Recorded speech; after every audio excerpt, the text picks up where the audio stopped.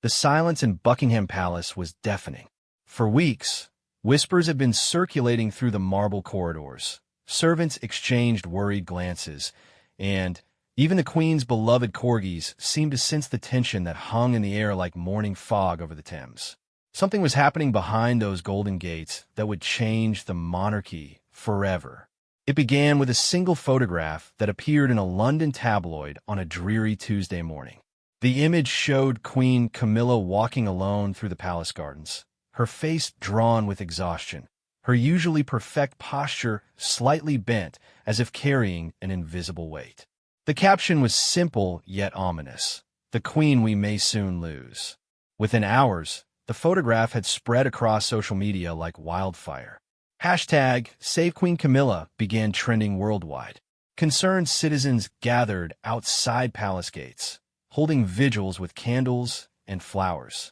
The woman who had once been one of the most controversial figures in royal history had somehow become the beloved matriarch that millions feared losing. But what the public didn't know was far more shocking than what they could see. Inside the palace walls, urgent meetings were taking place at all hours. Doctors came and went through secret entrances. Phone calls were made to world leaders, family members, and trusted advisors. The future of the British monarchy hung in the balance, and at the center of it all was a woman whose journey from scandal to sovereign had captivated the world. This is the untold story of the announcement that would shake the foundations of the royal family and reveal the true strength of a queen who had fought for acceptance her entire life, only to face her greatest challenge when she finally found her place on the throne. The first sign that something was wrong came during what should have been one of Queen Camilla's finest moments. It was a crisp autumn morning in October, and she was scheduled to open a new children's hospital in Manchester. The event had been planned for months, with every detail carefully orchestrated by the palace staff. Camilla had been looking forward to it, particularly because the hospital specialized in treating young patients with rare diseases, a cause close to her heart. As her Rolls-Royce pulled up to the gleaming new building, hundreds of well-wishers had gathered behind the barriers, waving small Union Jack flags and holding homemade signs welcoming their queen. Children from local schools had been given the morning off to witness the historic moment, their excited chatter filling the air with infectious energy. But as Camilla stepped out of the car, something was different. Those closest to her noticed it first. Lady Susan Morrison, her lady-in-waiting who had served the royal family for over 30 years, saw the slight tremor in the Queen's left hand as she reached for the car door. Sir James Whitmore, her private secretary, observed how she paused for just a moment too long before taking her first step, as if gathering strength for something that should have been effortless. The Queen's smile was as radiant as ever, her wave as graceful as the crowds had come to expect. She moved through the ceremony with the practiced ease of someone who had performed thousands of such engagements. She spoke with the young patients, listened to their stories with genuine interest, and laughed at their innocent jokes about her crown. To the watching world, everything appeared normal. Yet behind the scenes, her protection officer, Detective Chief Inspector Michael Barnes, had noticed concerning changes over the past several weeks. Camilla had been requiring more frequent breaks during her engagements. She had begun holding onto railings more firmly when climbing stairs. Most troubling, she had started experiencing what she diplomatically referred to as dizzy spells during particularly long standing ceremonies. The Manchester hospital visit proceeded without incident, but during the drive back to London, something happened that would mark the true beginning of the crisis that was to come. As the royal convoy traveled down the M6 motorway, Camilla suddenly asked her driver to pull over at the next service station. This was highly unusual, as royal journeys were meticulously planned with scheduled stops at predetermined locations that had been security swept in advance. Her lady-in-waiting later described the scene to a trusted palace doctor. The Queen had become suddenly pale and complained of feeling faint. She sat in the car for nearly 20 minutes, insisting she just needed some fresh air and a moment to rest. When pressed by her concerned staff, she admitted to having experienced several similar episodes over the past month, but had chosen not to mention them because she didn't want to worry anyone or disrupt her busy schedule. This revelation sent shockwaves through the small circle of palace insiders who were made aware of it. King Charles was immediately informed, and he insisted on cutting short his own engagement in Scotland to return to London. The palace's chief medical officer, Dr. Elizabeth Hartwell, was summoned for an urgent consultation. Dr. Hartwell had served the royal family for 15 years and had developed a reputation for her discretion as much as her medical expertise. She was known for her ability to handle sensitive health matters with the utmost confidentiality while ensuring the royals received the best possible care.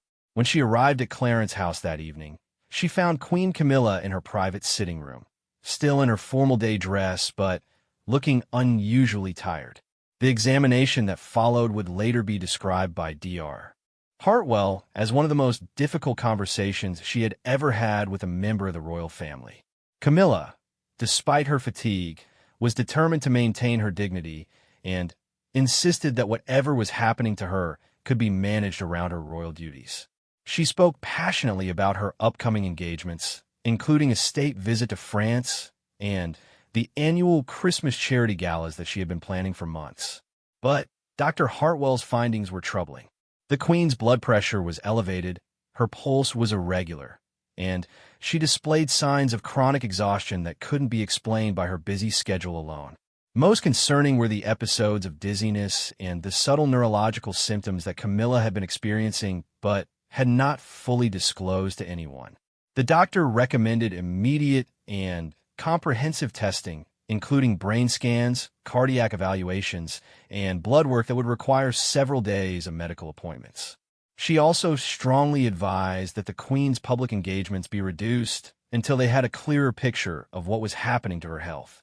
This recommendation created the first major dilemma in what would become a months-long crisis. The royal calendar was set months, sometimes years, in advance. Canceling or postponing engagements was not simply a matter of personal inconvenience. It affected hundreds of organizations, thousands of people who had planned to attend events, and could cause significant diplomatic complications if state visits were involved.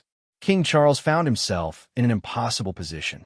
As Camilla's husband, he was deeply worried about her health and wanted her to prioritize her medical care above all else. But as the monarch, he understood the implications of any changes to the royal schedule and the questions that would inevitably arise from the media and the public. The palace staff worked through the night to devise a plan that would allow for the necessary medical appointments while maintaining as much of the Queen's schedule as possible. They decided to describe any necessary schedule changes as minor adjustments for seasonal planning and hoped that the medical tests would provide reassuring results that would allow them to return to normal operations quickly. But as the first round of tests began the following week, it became clear that the situation was far more serious than anyone had initially hoped. The brain scans revealed some concerning anomalies that required consultation with specialists. The cardiac tests showed irregularities that needed immediate attention. Most troubling, Camilla's energy levels continued to decline even with reduced activities. Dr. Hartwell brought in additional specialists, each sworn to absolute secrecy. Professor Margaret Thompson, one of London's leading neurologists, was consulted about the brain scan results. Dr. Richard Morrison, a renowned cardiologist, was asked to evaluate the heart irregularities.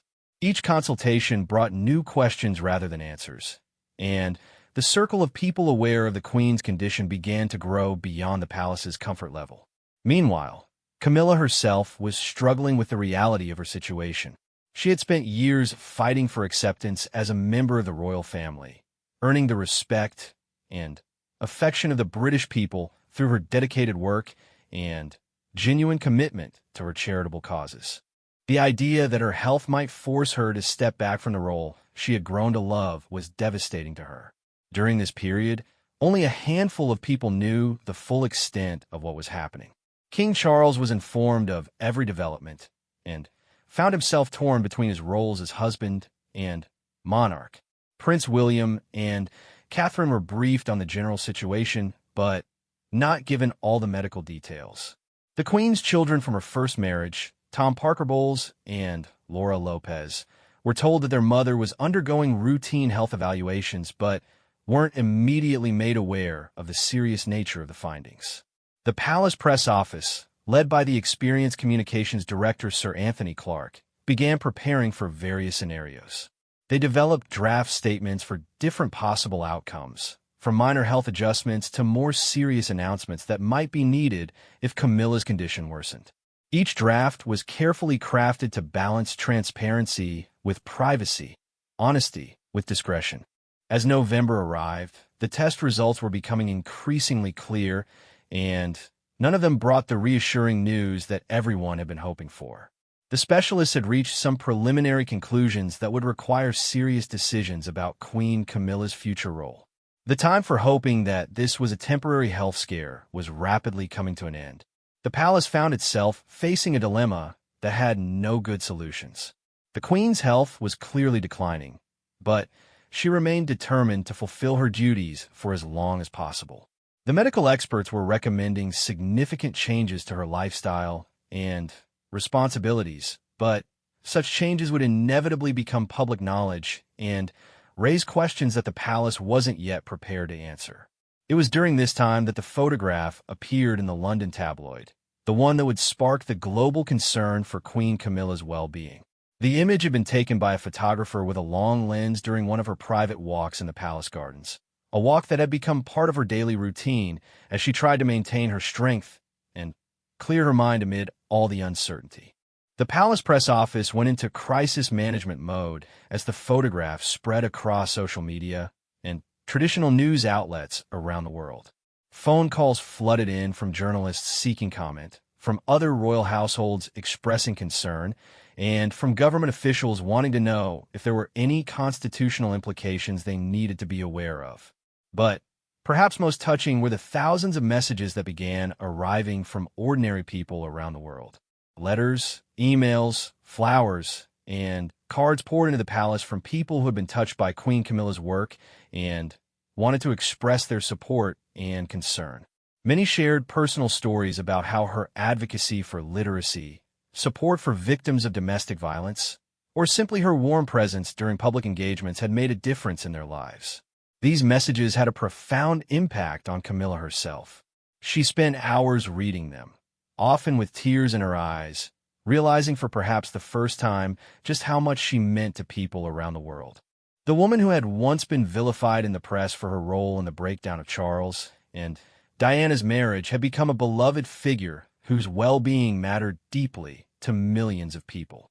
As November drew to a close, it became clear that the situation could no longer be managed quietly behind palace walls. The medical experts had reached their conclusions, and decisions needed to be made about how to move forward. The time had come for the royal family to make a public statement about Queen Camilla's future, but no one was prepared for how difficult and emotional that announcement would be to craft. The meeting that would change everything took place on a cold December morning in the private apartments of Buckingham Palace. King Charles had called together the most trusted members of his inner circle, a group that included his private secretary, the palace's chief medical officer, his communications director, and his closest family members. The ornate blue drawing room, with its priceless paintings and centuries of royal history looking down from the walls, had never felt more somber. Dr. Elizabeth Hartwell entered carrying a thick folder of medical reports, test results, and specialist consultations that had been accumulating over the past 6 weeks. Her usually composed demeanor showed signs of the stress that had been building as she coordinated Camilla's care while maintaining absolute secrecy about the Queen's condition. King Charles sat at the head of the mahogany conference table, his face showing the strain of weeks of worry and sleepless nights. Prince William sat to his right, having flown back from a scheduled engagement in Wales specifically for this meeting. The gravity of the situation was evident in everyone's posture and expressions. Dr. Hartwell began her presentation with clinical precision, but her voice carried the weight of delivering news that no one in the room wanted to hear. The comprehensive medical evaluation had revealed a complex neurological condition that was affecting Queen Camilla's motor functions, balance, and cognitive processing. While not immediately life-threatening, The condition was progressive and would significantly impact her ability to perform her royal duties in the months and years ahead.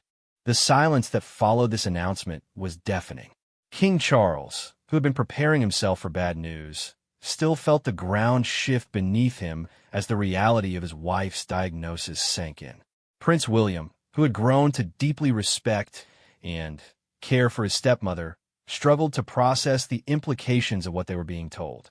Dr. Hartwell continued with the medical details, explaining that while treatments were available that could slow the progression of Camilla's condition, they would require significant lifestyle changes. The constant travel, long-standing engagements, and high-stress environment of royal life were exactly the opposite of what her medical team was recommending. The specialists were unanimous in their opinion that continuing with her current level of royal duties would accelerate the progression of her symptoms and could lead to dangerous situations during public appearances. The room fell silent again as everyone grappled with the implications. This wasn't just about Camilla's health. It was about the future of the monarchy itself. She had become an integral part of the royal family's public image and charitable work. Her warmth and genuine connection with people had helped modernize the monarchy's reputation and brought a relatability that had been missing for years. Sir Anthony Clark, the communications director, was the first to speak after the medical briefing. His job was to think about how any decisions made in this room would be perceived by the public, the media, and the international community. He outlined the various scenarios they would need to prepare for, from a gradual reduction in Camilla's duties to a complete withdrawal from public life. Each option carried its own complications. A gradual reduction would inevitably lead to speculation about her health, potentially making the situation more stressful for everyone involved. A sudden withdrawal would cause shock and concern, possibly destabilizing public confidence in the monarchy during an already challenging period in British politics and society. Prince William shared his perspective as the heir to the throne who would one day face similar decisions about his own family's health and well-being. He spoke passionately about the need to prioritize Camilla's health above all other considerations, even if it meant making difficult and unprecedented decisions about her role. His words carried particular weight because of his own experience watching his mother's struggles with public life and his determination that history should not repeat itself.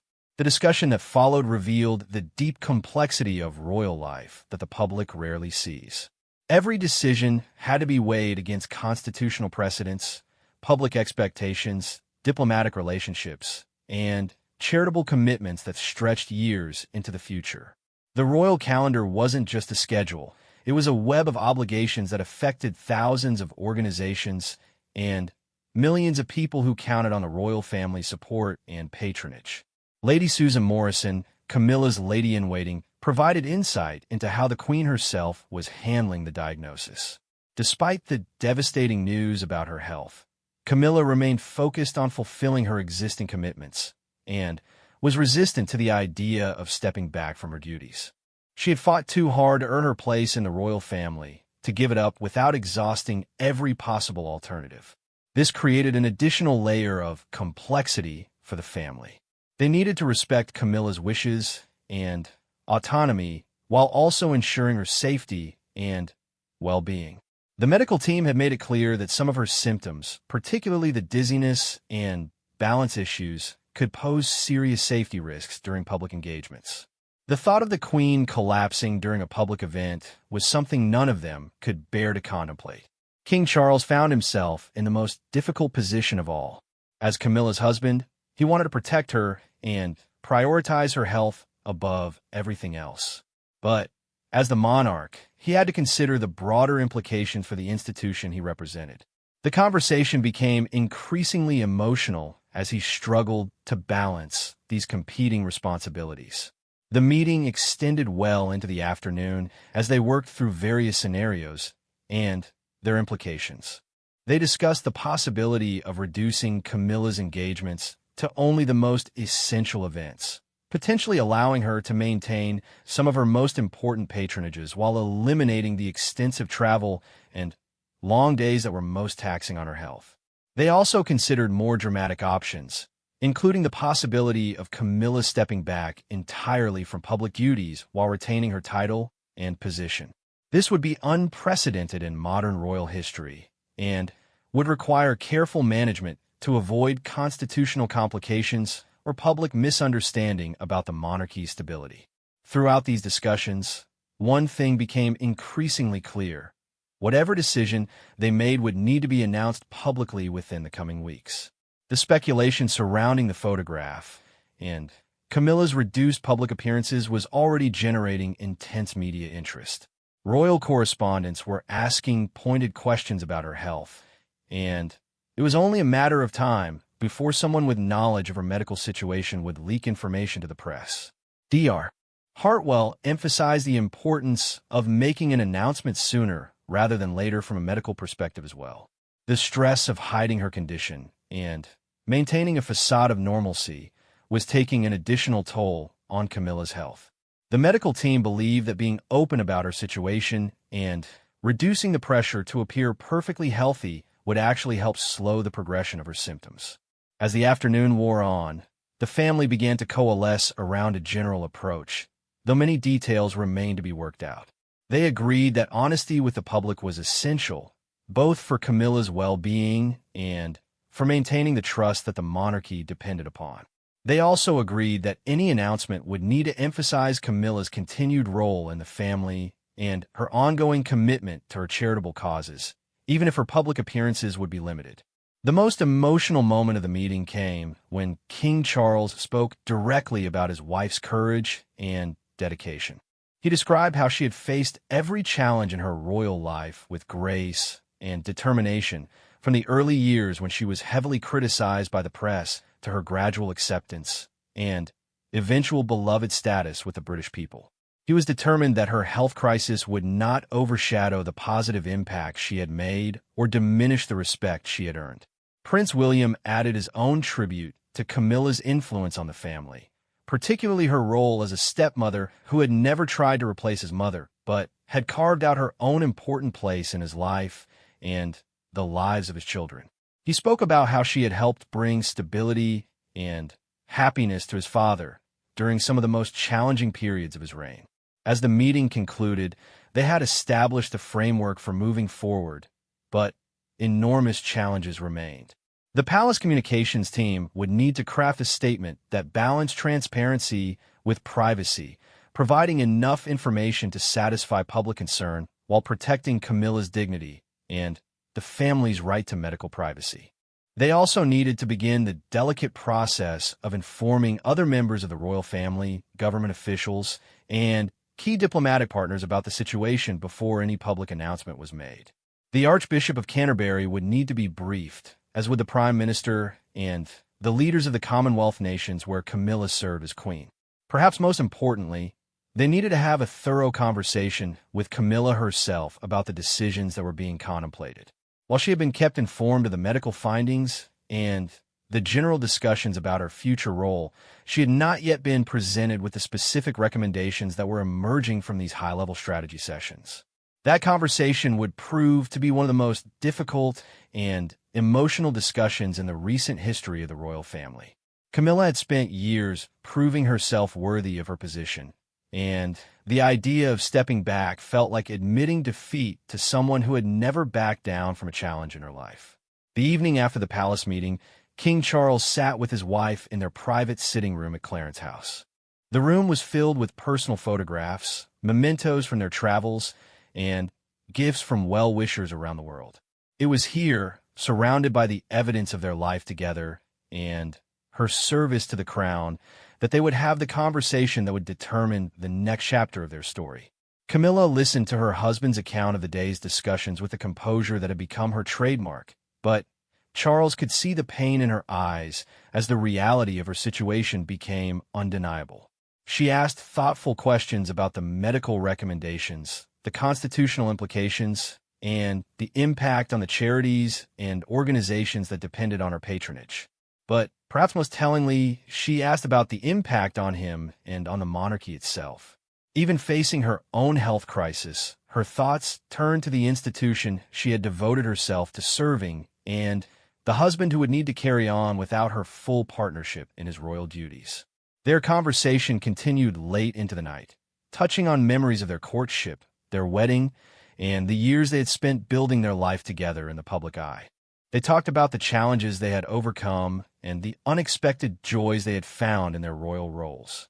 Most importantly, they talked about how to move forward in a way that honored both Camilla's health needs and her desire to continue contributing to the causes she cared about. By the time they went to bed that night, they had reached a decision that would surprise many people and demonstrate once again Camilla's remarkable strength and character. The announcement they would make to the world would be unlike anything the royal family had ever attempted, and it would require courage from both of them to see it through. The morning after her life-changing conversation with Charles, Queen Camilla woke before dawn and made her way to the small chapel within Clarence's house. It was a habit she had developed over the years during times of stress or uncertainty, finding solace in the quiet moments of prayer and reflection before the demands of royal life took over her day. But this morning was different from all the others. As she knelt in the simple wooden pew, surrounded by stained glass windows that cast colored light across the stone floor, Camilla found herself reflecting not just on her current crisis, but on the extraordinary journey that had brought her to this moment.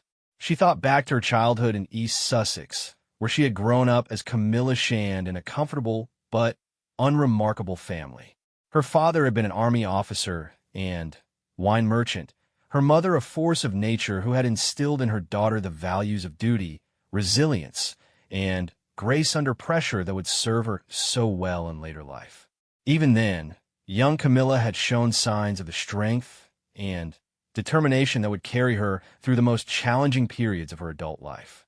The young woman who had fallen in love with Prince Charles in the early 1970s could never have imagined that she would one day be sitting in a royal chapel, wearing a crown, and facing a health crisis that would test every ounce of character she possessed. Their early romance had been passionate, but complicated by the expectations placed on the heir to the throne, expectations that seemed to require him to marry someone other than the woman he truly loved. Camilla's marriage to Andrew Parker Bowles had been a happy one in many ways, producing two beloved children and providing her with a full and meaningful life outside the royal sphere. She had thrown herself into country life, horses, literature, and charitable work, building a reputation as someone who could be counted on to support worthy causes without seeking the spotlight for herself. But even during those years away from Charles, she had carried the knowledge that their connection was something special, something that transcended the obstacles that had separated them. When their paths crossed again later in life, both having experienced the joys and sorrows of their respective marriages, the foundation for their enduring partnership was already in place. The years that followed their reunion had been perhaps the most difficult of Camilla's life. The media scrutiny was intense and often cruel, with every aspect of her appearance, behavior, and background subjected to harsh criticism.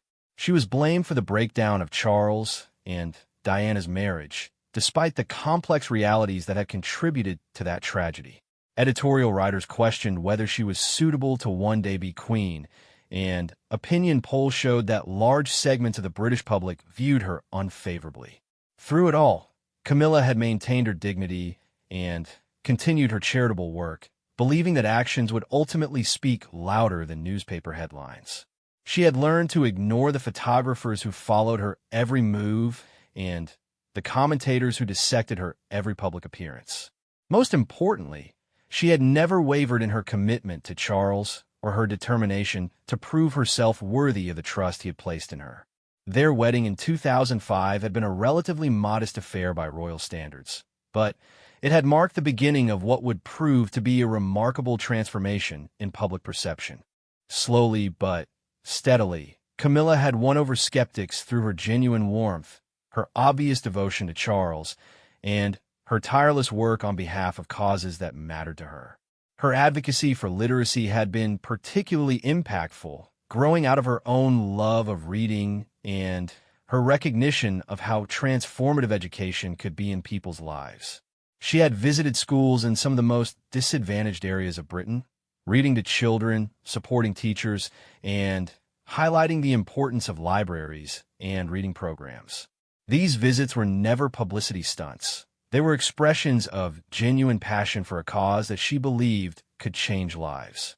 Similarly, her work with victims of domestic violence had grown out of personal conviction rather than royal obligation.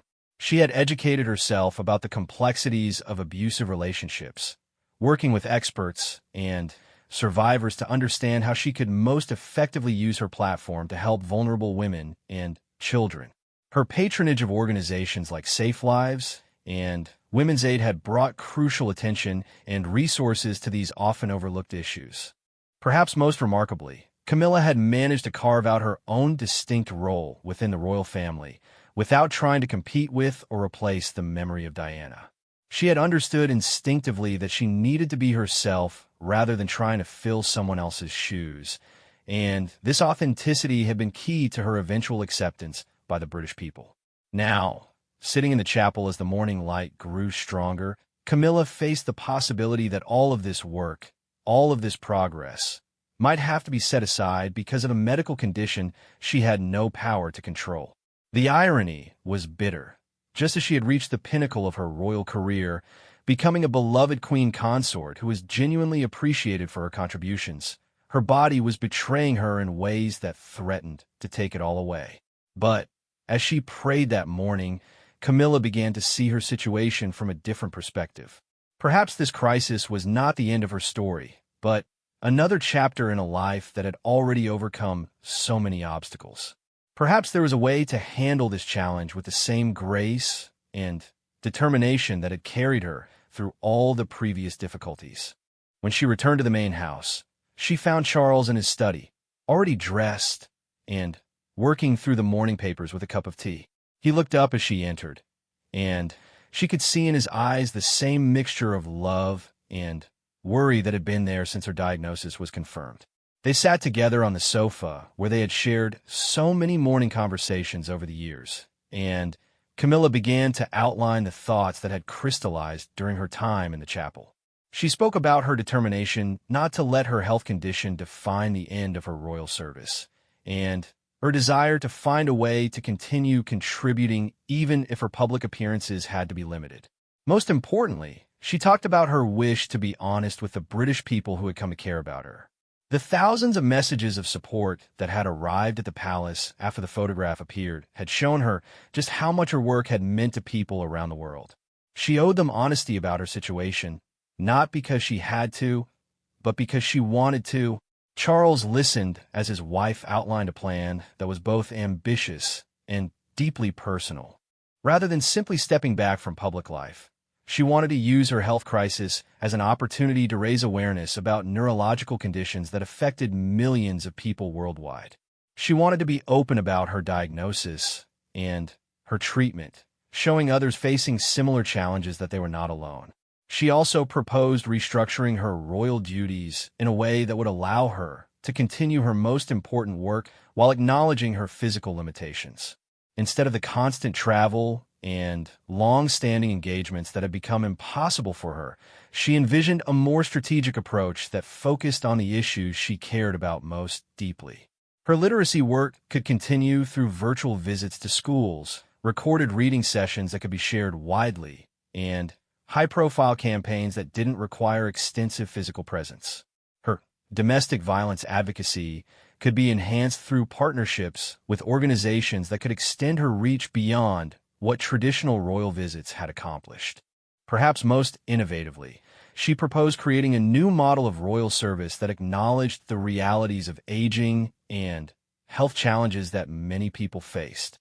By being open about her own limitations, she could help normalize conversations about disability and chronic illness in ways that the royal family had never attempted before.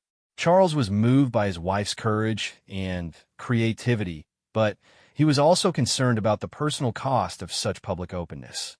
The media attention would be intense, and there would inevitably be intrusive questions and unwelcome speculation about her prognosis and treatment. He worried about the additional stress this might place on her health. But Camilla had clearly thought through these concerns as well. She pointed out that the speculation and secrecy were already causing stress for both of them, and that being honest about her situation might actually reduce the pressure they were all feeling. She also noted that her diagnosis, while serious, was not a death sentence, and that many people lived full and meaningful lives while managing similar conditions.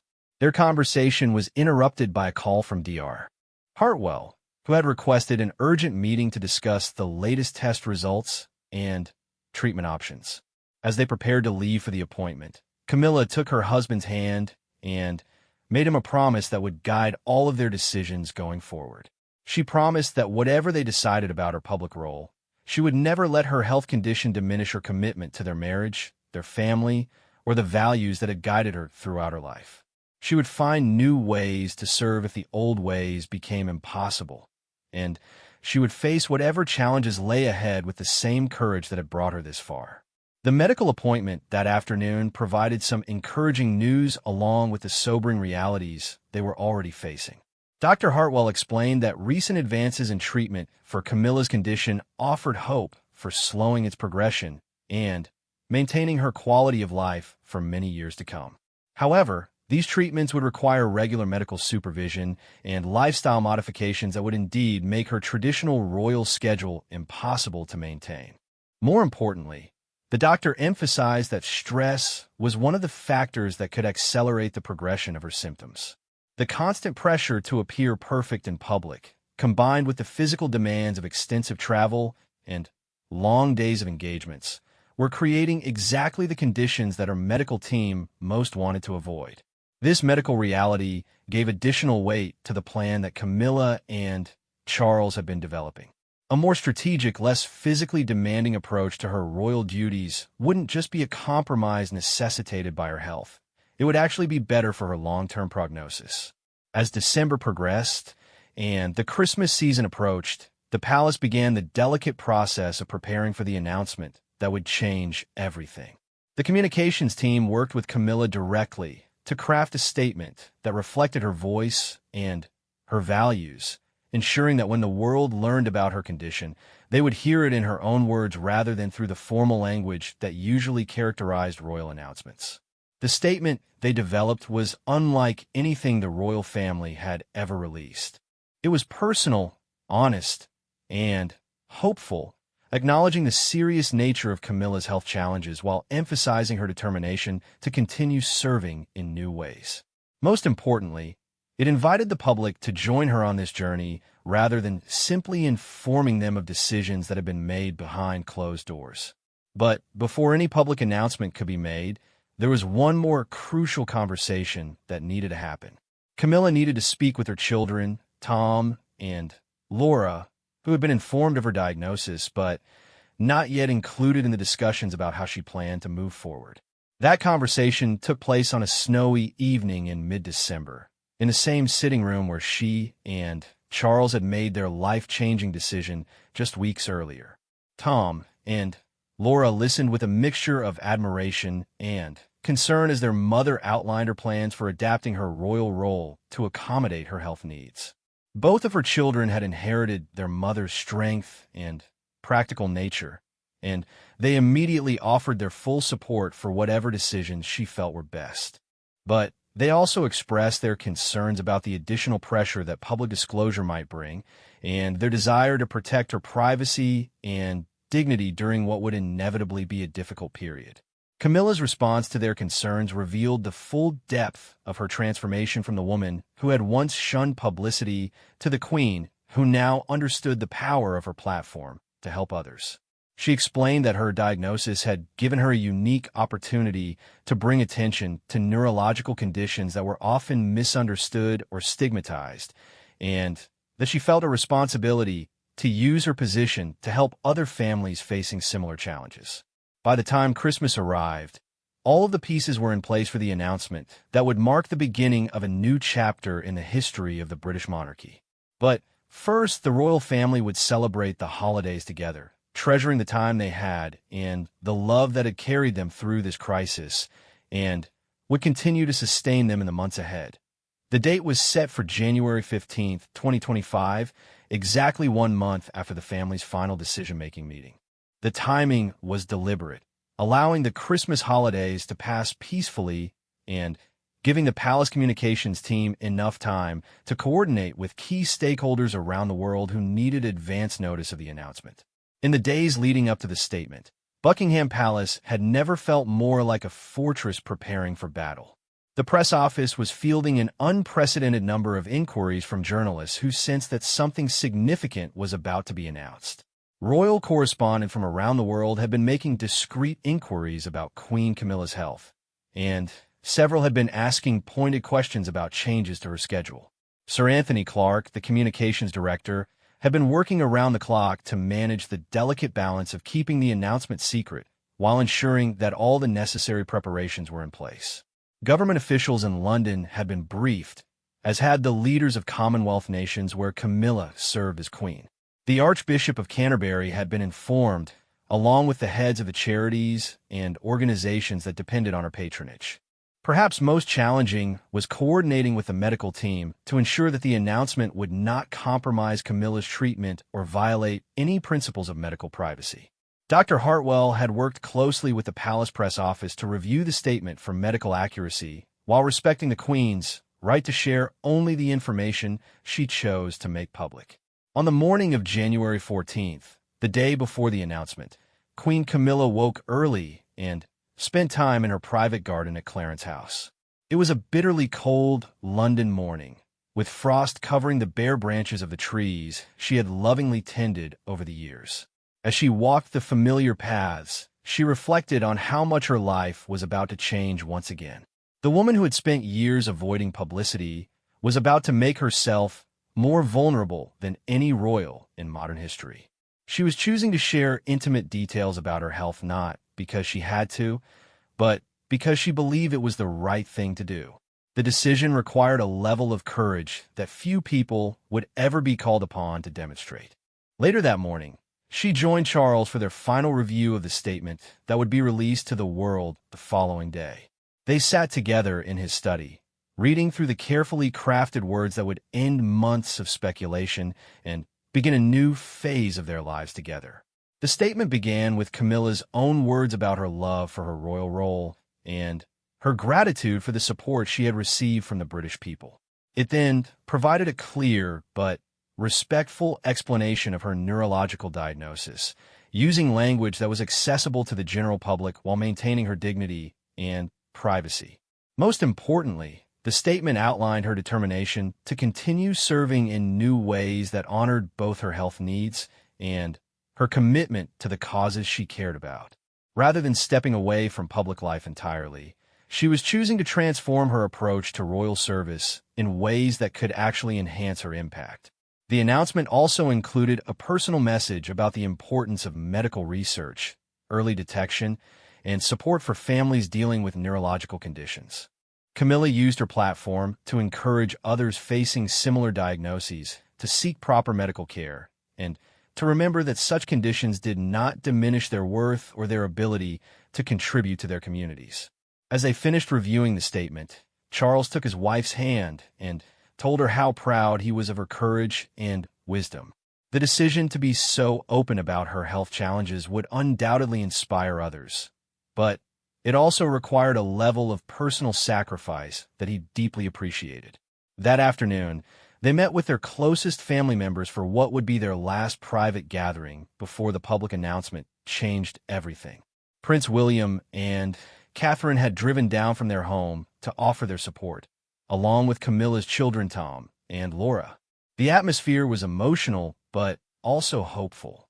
Everyone understood that the next day would mark the end of one chapter and the beginning of another, but they also believed that Camilla's approach to her health crisis could have a positive impact far beyond their family. The evening of January 14th was spent in quiet preparation. Camilla reviewed her schedule for the following day, which would include a recorded video message to accompany the written statement, as well as a private meeting with representatives from the neurological charities she planned to support more actively in her new role. She also spent time writing personal letters to some of the people who had been most important to her royal journey. Letters went to long-serving staff members, heads of her patronages, and individuals who had touched her life through their charitable work or personal stories. She wanted them to hear directly from her about her diagnosis and her plans for moving forward. The morning of January 15th dawned gray and drizzly, typical London weather that seemed to match the somber nature of what was about to unfold. At precisely 9 a.m., the Palace Press Office released the statement simultaneously to all major news outlets around the world. The reaction was immediate and overwhelming. Within minutes, the story was being broadcast on television networks, shared across social media platforms, and discussed by political commentators and medical experts around the globe. The hashtag Stand With Camilla began trending worldwide as people expressed their support and admiration for the Queen's honesty and courage. The statement had included information about where people could learn more about neurological conditions and how they could support related charities, and these organizations saw an immediate surge in website visits and donations. Camilla's decision to use her diagnosis as a platform for advocacy was already having the positive impact she had hoped for. Media reaction was largely positive, with most commentators praising the Queen's transparency and the thoughtful way the announcement had been handled. Royal correspondents who had been speculating about her health for weeks expressed appreciation for the honest communication rather than the usual palace secrecy. However, there were also more intrusive elements to the coverage. Some outlets immediately began speculating about her prognosis and life expectancy, despite the statement's clear emphasis that her condition was manageable and that she planned to live a full and active life. The Palace Press Office had anticipated this reaction and was prepared with additional statements emphasizing the Queen's privacy and the family's request for respectful coverage. International reaction was particularly touching. Messages of support came from world leaders, fellow royals from other nations, and celebrities who had worked with Camilla on various charitable initiatives.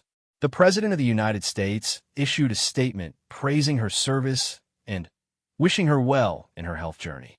The Pope sent a personal message expressing his prayers and support for her and her family. But perhaps most meaningful to Camilla were the thousands of personal messages that began arriving from ordinary people around the world. Letters, emails, and social media posts poured in from individuals sharing their own experiences with neurological conditions, expressing gratitude for her openness, and offering their support and prayers. Many of these messages came from people who had been touched by her charitable work over the years. Teachers wrote about her visits to their schools and the impact her literacy advocacy had made in their communities. Survivors of domestic violence shared how her support for their cause had given them hope and courage. Librarians, social workers, healthcare professionals, and countless others wrote to thank her for her service and to offer their continued support. The video message that accompanied the written statement was broadcast that evening on all major networks and shared widely online. In it, Camilla appeared relaxed and confident, speaking directly to the camera in the same warm, conversational tone that had made her so effective in her royal role.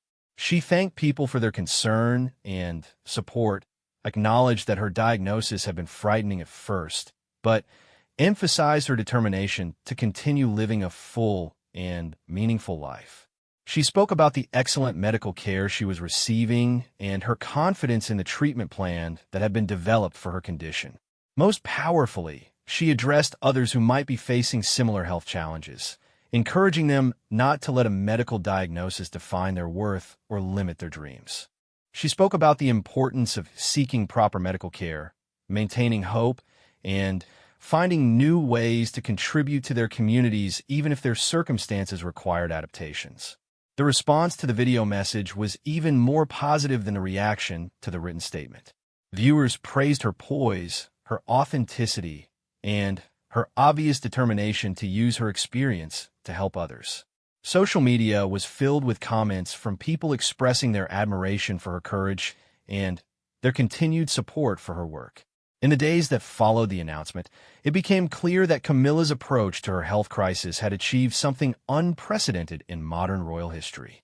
Rather than diminishing her status or influence, her honesty about her vulnerabilities had actually increased public respect and affection for her. The charities she supported saw dramatic increases in donations and volunteer applications.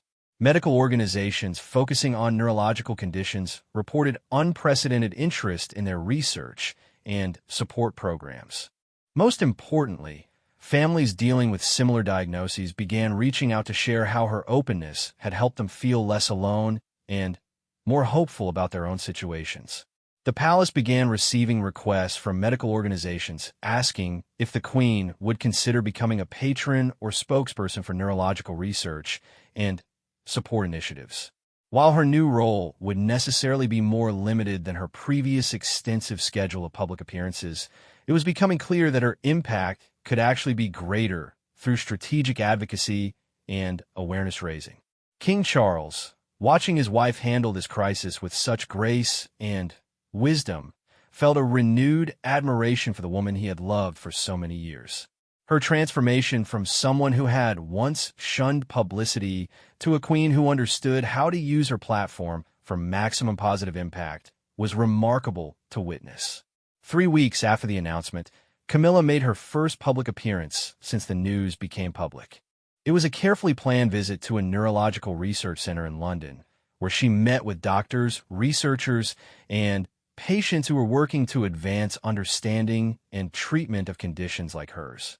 The visit was covered extensively by the media, but the focus was on her work and advocacy rather than speculation about her health. She appeared confident and engaged, asking thoughtful questions and clearly demonstrating that her condition had not diminished her intellectual capacity or her ability to contribute meaningfully to important causes. The photographs from that visit showed a woman who had found a new sense of purpose in her diagnosis.